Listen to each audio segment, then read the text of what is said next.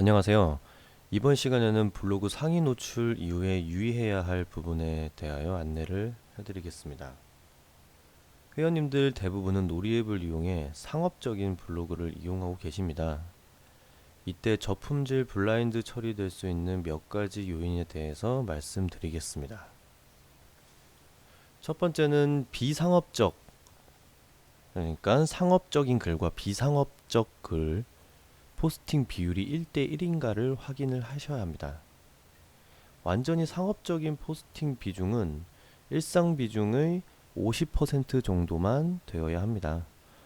이는 사람이 수동으로 판단하는 부분이라 빈도가 자주 발생되지 아니하며 불시에 점검이 됩니다. 미리미리 대비를 해두시는 게 좋겠죠. 예를 들어 중랑구 아파트라고 검색을 했을 때 상위에 있으신 분 블로그를 참고로 한번 해보겠습니다. 누가 봐도 부동산 관련된 블로그를 하시는 분이지만은 하단에 보시면은 일상적인 내용의 카테고리가 확인이 되실 겁니다.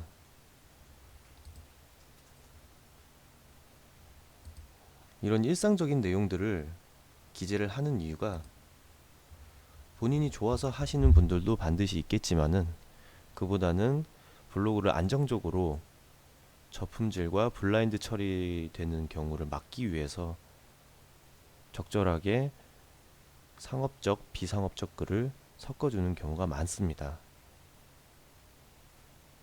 대부분의 블로그가 그러하기 때문에 여러분들 역시 상업적, 비상업적을 구분하여 적당히 섞어서 블로그를 운영을 하셔야 합니다. 두 번째는 저작권 위반 그리고 유사문서에 대한 내용입니다. 저작권은 뉴스 기사나 방송 매체 등에서 위반하시는 경우가 굉장히 많습니다. 블로그에 뉴스 기사 전문을 기재하시는 경우가 있는데 이 경우 저작권 위반에 해당이 됩니다. 그리고 뉴스 기사는 많은 사람이 사용하므로 유사문서에도 걸릴 위험도가 높겠죠. 뉴스 기사는 전문이 아닌 일부만 기재하시거나 일부를 편집하여 글을 작성하시는 게 가장 좋습니다. 예를 들어 기사 원문에 없는 연관된 사진을 추가하시거나 기사 내용을 일부 바꾸시고 어떤 기사를 인용했다는 문구와 함께 기재하시는 것이 좋습니다.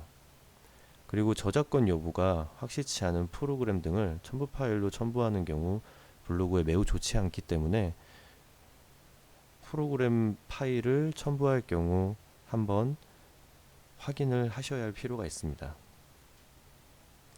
그리고 이미지 사용을 하실 때 흔히들 검색, 구글 검색을 많이 사용을 하시는데 구글 검색으로 이미지를 가져오셨다고 한들 그 사진 파일에 고유 설정 번호라는 게 있습니다.